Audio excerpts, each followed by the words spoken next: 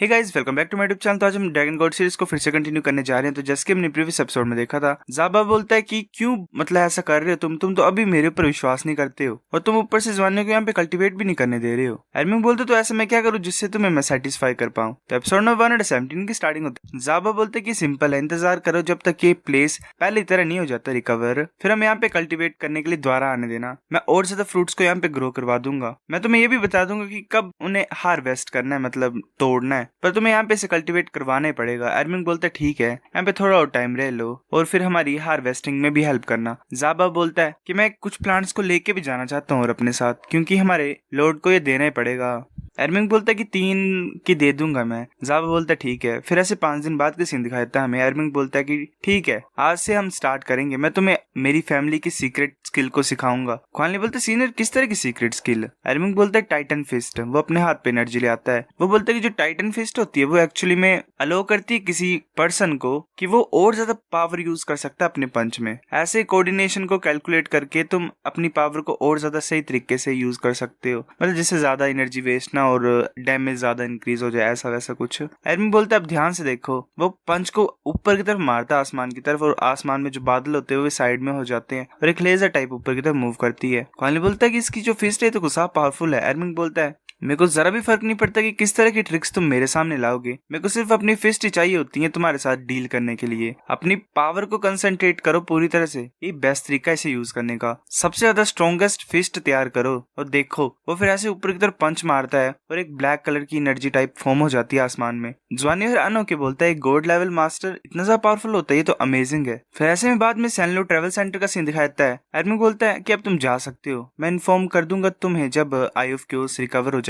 क्वानली बोलते शुक्रिया एरमिंग हमारी हेल्प करने के लिए इतने ज्यादा दिनों में। फिर ऐसे ही लांजानी और क्वानली वापस चले गए होम प्लेनेट पे। हमें शर्क अकेडमी का सीन दिखाया जाता है। क्वानली बोलता है कि मैं सी गॉड लेक पे जा रहा हूँ रात को, क्या तुम आ रहे हो। जॉनी बोलता है नहीं, मैंने कुछ क्वेश्चंस पूछने प्रोफेसर से। वो फिर आ जाता है वापस और बोलता है प्रोफेसर मैं आ गया हूँ। जहन में बोलता है कि मैं बहुत ज्यादा ग्लैड हूँ कि तुम यहाँ पे आए हो, मतलब अच्छा लग रहा है मेरे को ऐसा। जाओ क्यों ने मुझे तुम्हारे परफॉर्मेंस के बारे में बताया, अच्छा किया तुमने। जॉनी कुछ चीज है जो तुमने याद रखनी है, मतलब अपने दिमाग में रखनी है। अगर तुम ऐसे लोगों की हेल्प करते रहोगे तो तुम्हारी खुद की प्रोग्रेस कम हो जाएगी और वो चीज नहीं जो हम देखना चाहते हैं। तुम ऐसे इनर कोर्ट में नहीं जा सकते हो। जॉनी बोलते प्रोफेसर क्या कोई तरीका है जिससे हम सभी इनर कोर्ट में जा सकें। सिर्फ 4 ही लोग सिलेक्ट होते हैं हर साल, जो थे सीमा जियान, रोंग यूजुआन, मूरोंग शान और जुयुबिंग। जो ट्विन थे जिनकी मतलब 2 तरह की स्पीड थी उन्हें भी रिजेक्ट कर दिया गया, मतलब ये 6th जो एयर था इनका ज्वानी वगैरह का वो सिलेक्ट हो गए। सिर्फ 4 ही हुए और ट्विन तुम्हें पता ही है, एक लाइट वाला और एक डार्कनेस वाला। जैनो बोलता है कि हाँ उनके पास एंडलेस मटेरियल नहीं है, तो जो नंबर ऑफ स्टूडेंट होते हैं वो लिमिटेड होते हैं, मतलब हाँ जितने ज्यादा स्टूडेंट्स होंगे वो सामान उतना ही बटेगा, तो क्वांटिटी मिलेगी क्वालिटी नहीं मिलेगी एक तरह से। जैनो बोलता प्रोफेसर मैं समझता हूँ, मैं सिर्फ सभी की हेल्प करना चाहता हूँ जितना ज्यादा मैं कर सकूँ। जैनो बोला तुम्हें चिंता करने की कोई जरूरत नहीं अपने क्लासमेट्स के बारे में। जो टांग सेक्ट है उन्होंने एग्री किया कि वो 33 के 33 स्काई विंग्स को ले लेंगे अपने अंडर। जैसे वो आउटर कोर्ट से ग्रेजुएट करेंगे तो उन्हें टांग सेक्ट में ले लिया जाएगा। जैनो बोलता है ये तो अच्छा लगा मेरे को सुन के। जैनो बोलता है कि तुम्हें कुछ दिन का रेस्ट करना चाहिए, अगर तुम साथ तो बनना चाहते हो नेक्स्ट 7 लेजेंड शर्क के, तुम्हें ज्यादा मेहनत करनी पड़ेगी। जॉनी बोलता है ठीक है। फिर ऐसे रात हो जाती है। हमें युआनन हुई का रूम दिखाया देता है। युआनन ऐसे ही सोया होता, सोच रहा होता मैं क्या करूं, अब मैं क्या चूज करूं। तभी कोई उसे फोन करता है। वो बोलती है, मतलब टांग युगी का फोन होता है, वो बोलती कि अपने डोर को ओपन करो, मैं वेट कर रही हूँ बाहर। युआनन बोलता है क्या, रुको मैं आ रहा हूँ। वो जैसे ही मतलब डोर को ओपन करता है तो टांग युगी ने अलग ही जैसी ड्रेस पहनी होती है, पहले ऐसा कभी बन के नहीं आई है, मतलब लास्ट में फैन सर्विस देनी है। ओ सॉरी, गलती से मिस्टेक से मैं कुछ भी बोल देता हूँ, मतलब हाँ क्यूट लग रही है। टांग युगी बोलती है कि मैं अंदर आ सकती हूँ। युआनन बोलता है हाँ अंदर आ जाओ। वो बैठी होती है, युआनन अपने बेड पे बैठा होता है। युगी बोलती है कि तुम्हारा जेंडर, तुम्हारे पास ज्यादा टाइम नहीं है, तुम्हें डिसाइड करना पड़ेगा। युआनन बोलता है मुझे पता है, पर इसी चीज को सोच सोच के तो मुझे डर लग रहा है, मैं क्या करूँ। टांग युगी बोलती है ये ऐसी चीज है जो तुम्हारी पूरी जिंदगी को बदल सकती है, तो किसी को राइट नहीं, मतलब किसी के पास राइट नहीं ये डिसाइड करने के लिए तुम्हारे लिए। जैसे तुम्हारा कल्टीवेशन लेवल है, तुम काफी सारा टाइम पहले ब्रेक थ्रू कर पाते 7 रिंग पे, तुम्हारे पास 2 हफ्ते बचे हुए, तुम्हें जल्दी से डिसीजन लेना पड़ेगा। युआनन बोलता है मतलब ऐसे सैड होके कि मेरे ऊपर प्रेशर मत डालो, आगे ये कुछ ज्यादा हार्ड है। युगी बोलती तुम डर किस चीज के लिए रहे हो, तुम्हें करना तो पड़ेगा ही जल्दी या फिर अभी, मतलब लेट। युआनन बोलता है कि तुम सभी सेम ही हो, कोई भी चूज नहीं करना चाहता मेरे लिए, मेरे को सिर्फ किसी की हेल्प चाहिए जिससे मैं ट्रस्ट कर सकूं। मैं कंफ्यूज्ड हूँ और ये कुछ ज्यादा पेनफुल है। जैसे कि तुम्हारा सीन था तुम्हारी 18th सेरेमनी के दिन, तुम तो फादर को भी तुमने आने नहीं दिया चाहे कुछ भी हो। टांग युगी ऐसे सुननी पड़ जाती है। युआनन बोलता बोलता है और तुम ऐसे सी गोल्ड लेक पे रहे थे और ऐसे अकेले में रो रहे थे।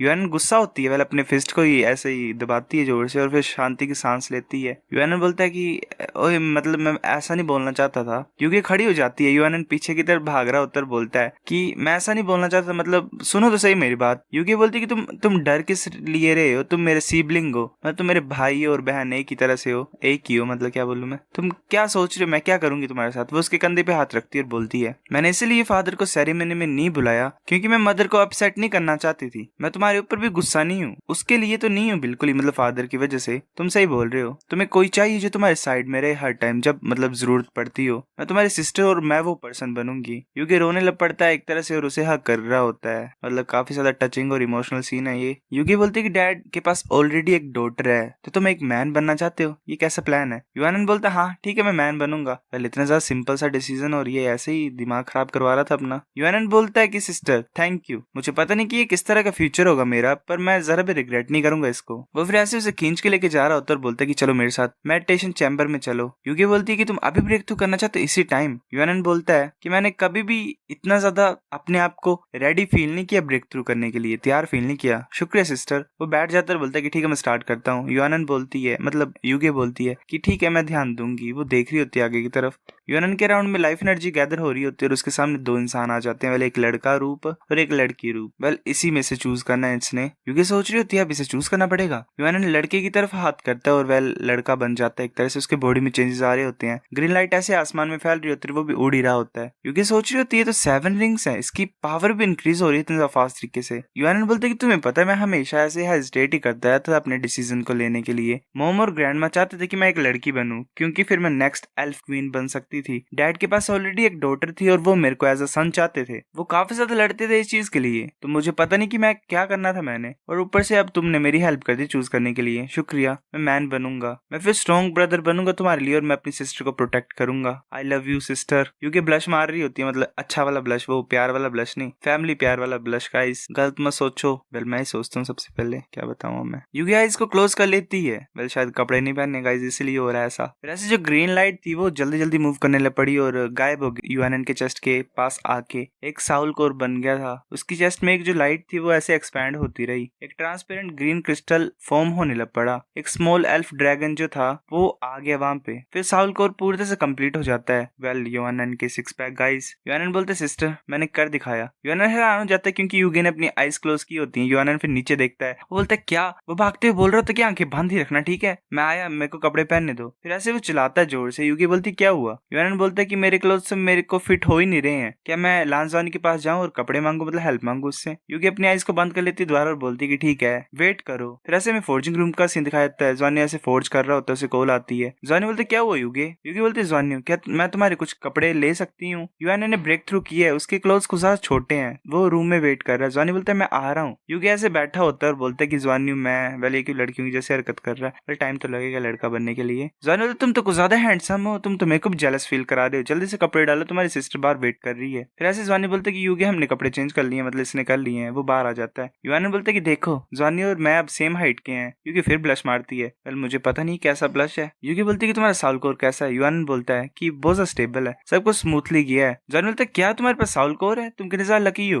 यूएनएन बोलता है हंसते हुए कि जॉनी हो, तुम हमसे डिफरेंट हो। जॉनी बोलता है कि ठीक है ठीक है। फिर जॉनी बोलता है कि यूएनएन ब्रेक थ्रू अच्छा था, मतलब हमारे लिए अच्छी न्यूज है। अब हमारे ग्रुप में सिर्फ मैं ही हूँ जिसकी प्रोग्रेस जरा नहीं हो रही है, मैं डेफिनेटली फ्यूचर में ब्रेक थ्रू करूंगा। यूएनएन बोलता है जॉनी हो, तुम पहले ये पक्का करना है कि तुम सेफ हो गया। ऐसा करने से पहले तुमने कितना ज्यादा अच्छा किया हमारी क्लास के लिए, अभी टाइम है कि हम भी तुम्हारी हेल्प करें। ये लो ये तुम्हारे लिए। वो एक ब्लैक बैज देता है वेल जॉनी को। जॉनी सोच रहे तो ब्लैक बैज इस बच्चे के पास कब से इतना ज्यादा पैसा हो गया। जॉनी बोलता नहीं कुछ ज्यादा वैल्यूएबल मैं ले सकता हूँ। यूएनएन बोलता है कि ले लो ये तुम्हारे लिए गिफ्ट है। यूगी बोलती है कि ले लो जॉनी, तुम लीडर हो हमारी क्लास के और हमारी होप ही हो एक तरह से, ये गिफ्ट है तुम्हारे लिए और बाकियों की तरफ से, रख लो इसे। जॉनी बोलता क्या तुम कर के रहे हो, सभी ग्रेजुएट करेंगे तो तुम्हें मटेरियल चाहिए, तो मेरे को क्यों दे रहे हो ये। यूगी बोलती है उनके पास इनफ है, काफी है कल्टीवेट करने के लिए, तुम्हें चिंता नहीं करनी है। ये जो बैजेस है कुछ भी नहीं है उस हेल्प के लिए जो तुमने हमारी की थी। जॉनी हम टीम है, तुम्हें भी हेल्प रिसीव करनी चाहिए हमारी तरफ से। जॉनी बोलता ठीक है मैं अप्रिशिएट करता हूँ, पर मैं इनर कोर्ट में पहुंचने से पहले, जब तक मैं पहुंचू नहीं प्लीज मुझे कुछ मत देना। फिर 2 साल बाद का सीन दिखाया था, कुछ ज्यादा ही इन्होंने टाइम गैप लिया है। जॉनी सोचो जो फाइनल एग्जाम है वो आ रहा है, जो टेस्ट है एक्सपेरिमेंटल क्लास के लिए वो ज्यादा हार्डर होगा बाकियों से। वो जल्दी से भाग के मतलब उसकी तरफ कोई आ रहा होता है। जॉनी जॉनी हैरानी से देखता है। वो टकराता है जॉनी से। जॉनी बोलता है ध्यान से। वो जो इंसान हो तो वो बोलता है कि क्या तुम अंधे हो, तुम मेरे रास्ते में कैसे खड़े होगे, मरना चाहते हो। वो अपनी रिंग्स को एक्टिवेट कर लेता है। वो बोल रहा होता है जॉनी को कि मेरी तरफ आओ। जॉनी सोच रहा होता है कि ये पागल हो गया है, चलो पहले मैं इसे कंट्रोल करता हूँ। जॉनी अपनी ड्रैगन्स को यूज करता है, वेल ब्लड लाइन की पावर को, और उसे सप्रेस कर लेता है। उसने ब्लू सिल्वर ग्रास से उसे बांध के रखा होता है। जॉनी बोलता है ब्रदर, स्कूल के रूल्स तोड़े हैं, चलो प्रिंसिपल ऑफिस में जाते हैं। तभी एक लड़की वहां पे आती है और बोलती है कि प्लीज वेट करो। जॉनी बोलता है क्या हुआ, क्या तुम इसके क्लासमेट्स हो। सो गाइस, एपिसोड नंबर 117 इतना था। अगर आपको वीडियो पसंद तो लाइक करो, नहीं लाइक कर दो, शेयर करो, दोस्त साथ कमेंट करके बता। अगर आपको वीडियो कैसी लगी सब्सक्राइब करो। तब तक के लिए बाय बाय।